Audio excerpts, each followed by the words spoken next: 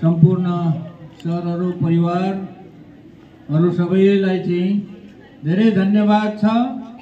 म आज आएर भाइ बहिनीहरूसँग भेटघाट गर्न पायो, यो भेटघाटको सुरुवात हो है। आज पहिला देख्न पायो, अब भाइ बहिनीहरूसँग चिन्न, भाइ बहिनीहरूले मलाई चिन्ने देख्न पायो, मैले पनि भाइ बहिनीहरूलाई देख्न पाएँ। र भोलि भविष्यमा भाइ बहिनीहरूले कतै देख्दाखेरि मलाई चिन्छ होला, पक्कै पनि राम्रोसँग अनुहार हेर मेरो है ल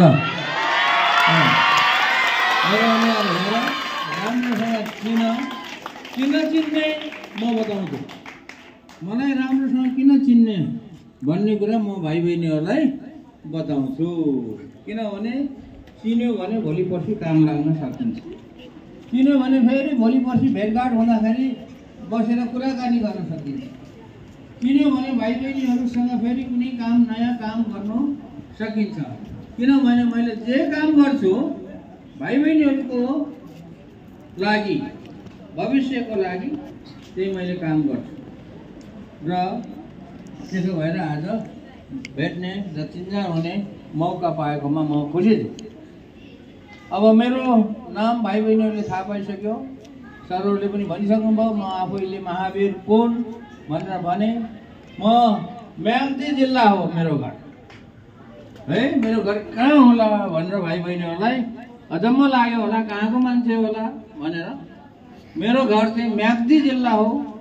म्याग्दी जिल्ला कहाँ पर्छ त भन्दाखेरि धेरै उत्तरमा पर्छ। उत्तरमा, नेपालको उत्तरमा के छ थाहा छ?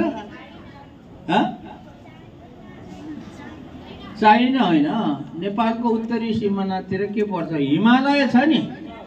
नेपालको उत्तरतिर एकदम पुरा लाइन, नेपालको म्याप त हेरेछ होला नि होइन?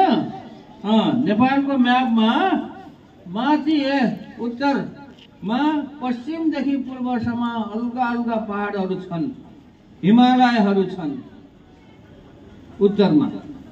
दक्षिणमा चाहिँ सबै यो सम्म छ तराई। उत्तरमा चाहिँ फेरि अलगो अलगो डाँडो छ, हिमालय छ।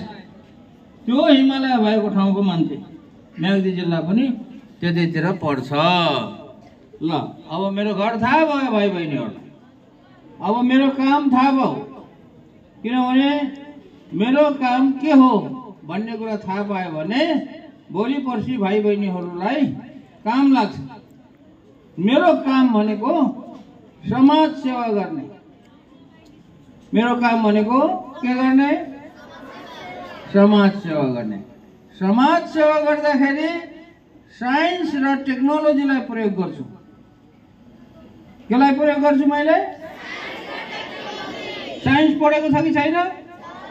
सबैले साइन्स पढेको छ स्कुलमा होइन? हरेक क्लासमा साइन्स पढेको छ। मैले पढेको साइन्स पनि त्यही हो। अनि त्यही साइन्सलाई प्रयोग गरेर त्यसबाट प्र्याक्टिकल गर्ने। त्यो साइन्सलाई, पढेको साइन्सलाई, किताबमा त पढिन्छ, किताबमा पढेको साइन्सलाई प्र्याक्टिकल गरेर कुनै चिज डेभलप गर्ने। कुनै चिज डेभलप गर्ने र त्यो डेभलप गरेको चिज चाहिँ काम लाग्ने हुनु पर्यो, सबैलाई काम लाग्ने हुनु पर्यो। अनि त्यो काम लाग्ने चिज भयो भने सबैलाई फाइदा भयो, राम्रो भयो। यसरी चाहिँ मैले साइन्स र टेक्नोलोजीलाई प्रयोग गरेर सकेसम्म समाजको सेवा गर्छु। भाइ बहिनीहरूले पनि भोलि पर्सि पढ्दै गएर त्यसरी साइन्स र टेक्नोलोजीलाई प्रयोग गरेर कोही सेवा हुने काम पनि गर्न सकिन्छ, कसैको समाजको सेवा हुने काम पनि गर्न सकिन्छ, आफ्नै सेवा हुने काम पनि गर्नु सकिन्छ। त्यस कारणले म एउटा सोसियल वर्क गर्ने मान्छे हो र सोसियल वर्क गरेको पनि मैले 32 वर्ष भयो। अनि 32 वर्षभन्दा अगाडि म अमेरिकामा पढ्थ्यो। अमेरिकामा धेरै वर्ष पढेर नेपाल फर्केर समाज सेवा गरेँ। अब यति कुरा त थाहा भयो नि होइन? मेरो काम थाहा भयो। महावीर कुल भनेको समाज सेवा गर्ने मान्छे हो र समाज सेवा गर्दाखेरि सकेसम्म साइन्स र टेक्नोलोजीलाई प्रयोग गरेर समाज सेवा गर्छु। साइन्स र टेक्नोलोजीलाई प्रयोग गरेर मैले मेरो आफ्नो फाइदाको काम गर्दैन भन्ने कुरा थाहा हो। त्यसैले मैले चाहिँ भाइ बहिनीहरू जस्तो स्कुल पढ्ने विद्यार्थीहरूको लागि, क्याम्पस पढ्ने विद्यार्थीहरूको लागि, रिसर्च गर्नको लागि, इनोभेसन गर्नको लागि र कुनै कुराको आविष्कार इन्भेन्सन गर्नको लागि, कुनै नयाँ कुरा बनाउनु पर्यो। नयाँ कुरा बनाउनको लागि त रिसर्च गर्नु पर्यो। रिसर्च गर्नुको लागि चाहिँ ठाउँ चाहियो, खर्च पनि चाहियो। त्यसरी भाइ बहिनीहरूलाई जस्ता विद्यार्थीहरूलाई रिसर्च इनोभेसन गर्नको लागि सहयोग गर्ने भनेर मैले अर्को समाज सेवाको काम सुरु गरेको छ र त्यसको लागि चाहिँ राष्ट्रिय आविष्कार केन्द्र भन्ने एउटा संस्था खोलेको छ। त्यो राष्ट्रिय आविष्कार केन्द्र कसको लागि खोलेको हो भने भाइ बहिनीहरू जस्तै विद्यार्थीहरूको लागि खोलेको हो। र राष्ट्रिय आविष्कार केन्द्रले के गर्छ त भन्दाखेरि भाइ बहिनीहरू जस्तो विद्यार्थीहरूलाई कुनै नयाँ कुराहरूको इनोभेसन गरेर अथवा रिसर्च गरेर कुनै नयाँ चिज बनाउनको लागि इच्छा आयो भने, मनमा आयो भने त्यस्ताहरूलाई सहयोग गर्नको लागि राष्ट्रिय आविष्कार केन्द्रले सहयोग गर्छ। अहिले त स्कुलमा छौ तिमीहरू, स्कुलमा राम्रोसँग म्यानेज गरेर पढ्दै जाँदाखेरि नयाँ नयाँ आइडियाहरू पनि आउन सक्छ। तिमीहरूले चाहिँ अहिले इन्टरनेट चलाउन सकेको छौ, सिकेका छौ, पाएको छौ। हाम्रो पालामा इन्टरनेट थिएन। तिमीहरूले त इन्टरनेटमा सर्च गरेर पनि नयाँ नयाँ कुराहरूको चाहिँ पत्ता लगाउन सक्छ र अब त्यो पत्ता लागेको कुरालाई बनाउनको लागि राष्ट्रिय आविष्कार केन्द्रले मद्दत गर्छ रिसर्च गर्न।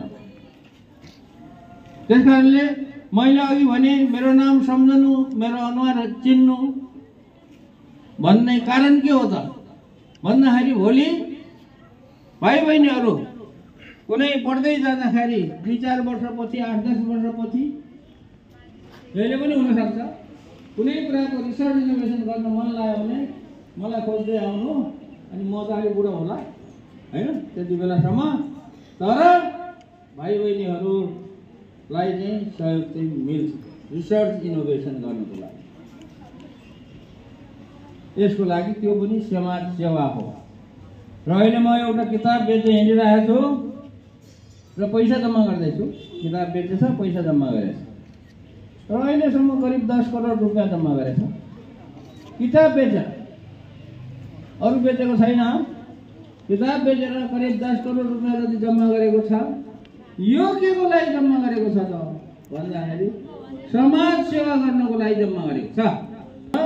यो पैसाले, किताब बेचेर आएको पैसाले चाहिँ किसानहरूको सेवा गर्ने